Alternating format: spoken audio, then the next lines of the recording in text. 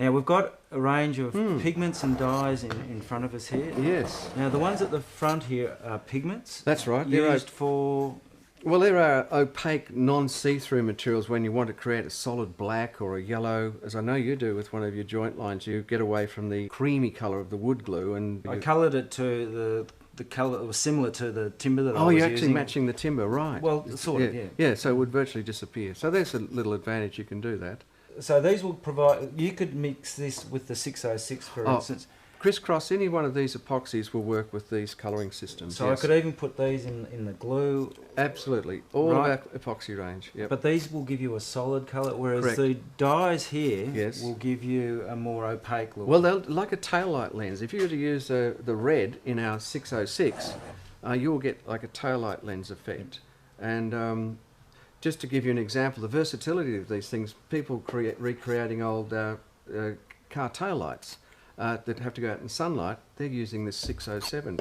It's a clear, it's UV stabilised, bit of red dye, and they can mould another tail light. And what I've noticed is that when you said a bit of red dye, you really do mean just a bit. Look, yes, a little bit goes a long way, doesn't indeed, it? yes. Yes. Now I've got a pepper grinder here that is sort of in the process of being made, and there was a big hole in here, and there's another big crack down here. Now you can see that just here that's been partly filled, and then underneath it's being filled, so it's quite a big gap. These epoxy glues are great for filling those. You can see that it is brown in colour. I could grab one of these dyes, for instance. Okay, all I need to do is get one little drop out of there. It's not much at all. It's probably the most of all it is a drop, and you can see how it colours that epoxy gel, the 300. And I can now use that as a filler. Now the good thing about this gel as a filler is that once it goes into that hole, it's not going to run all over the place, especially if I were to then stand that up there like so. It's a lot of putties or fillers or whatever might run out of there, whereas this is going to stay inside that hole even when it's set vertically.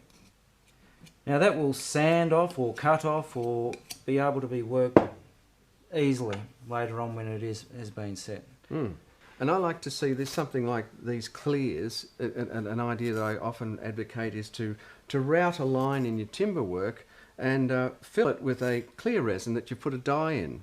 One of the most dramatic things is to put at the bottom of that trench some crumpled up silver foil, and then imagine red dye in a clear resin over the top. And you've got a beautiful ruby inlay in your timber work, which really takes it to another level. As we said before, that opens up so many possibilities in your woodworking, this resin stuff, doesn't it? Yes, it's really benchtop experimentation. It's all new stuff. Really, it's over to you as the individual as to how creative and innovative you can be. The resins are very adaptive, and there's a lot to be explored yet with them.